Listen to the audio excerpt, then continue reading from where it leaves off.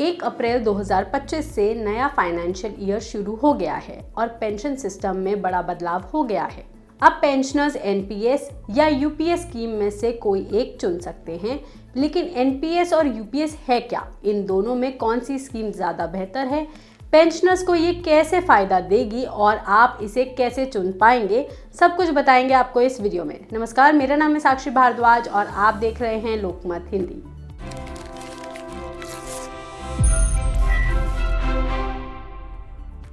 सरकार ने राष्ट्रीय पेंशन सिस्टम यानी कि एनपीएस के ऑप्शन के तौर पर एक नई पेंशन योजना यूनिफाइड पेंशन स्कीम यानी यूपीएस को लेकर आई है, जो आज से लागू हो गई है।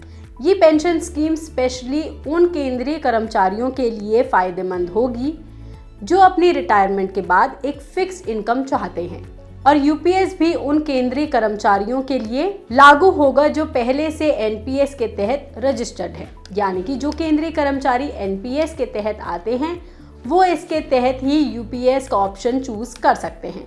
कर्मचारियों के पास अब विकल्प होगा कि वो एनपीएस या यूपीएस किसी भी एक स्कीम को चुन सकते हैं, लेकिन यूपीएस चुनने वालों को किसी और पॉलिसी रियायत, पॉलिसी चेंज, फाइनेंशियल बेनिफिट का फायदा नहीं मिलेगा। अब आपको पहले ये बताते हैं कि ये यूपीएस और एनपीएस है क्या।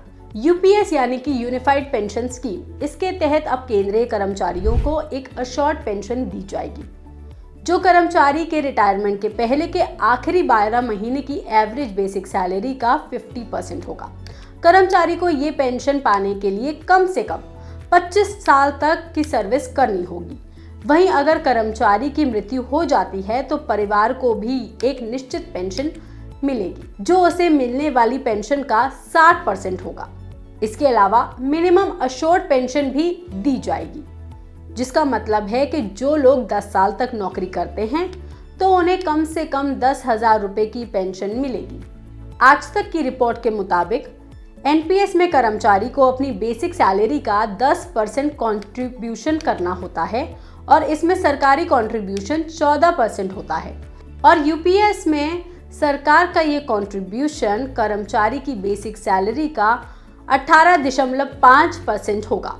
इस यूपीएस को लागू किए जाने से करीब 23 लाख कर्मचारियों को फायदा पहुंचने वाला है और सरकारी खजाना पर बढ़ने वाला अतिरिक्त बोझ पहले साल 6,250 करोड़ रुपए होगा, और यूपीएस के तहत इंडक्शन को भी जोड़ा गया है।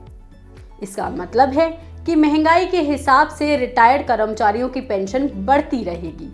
ये बढ़ोतरी महंगाई राहत के तौर पर पेंशन में जोड़ी जाएगी। अब बताते हैं कि एनपीएस क्या है। सरकार ने ओल्ड पेंशन स्कीम यानी कि ओपीएस को बंद करके साल 2004 में सभी सरकारी कर्मचारियों के लिए राष्ट्रीय पेंशन योजना यानी कि एनपीएस शुरू की थी।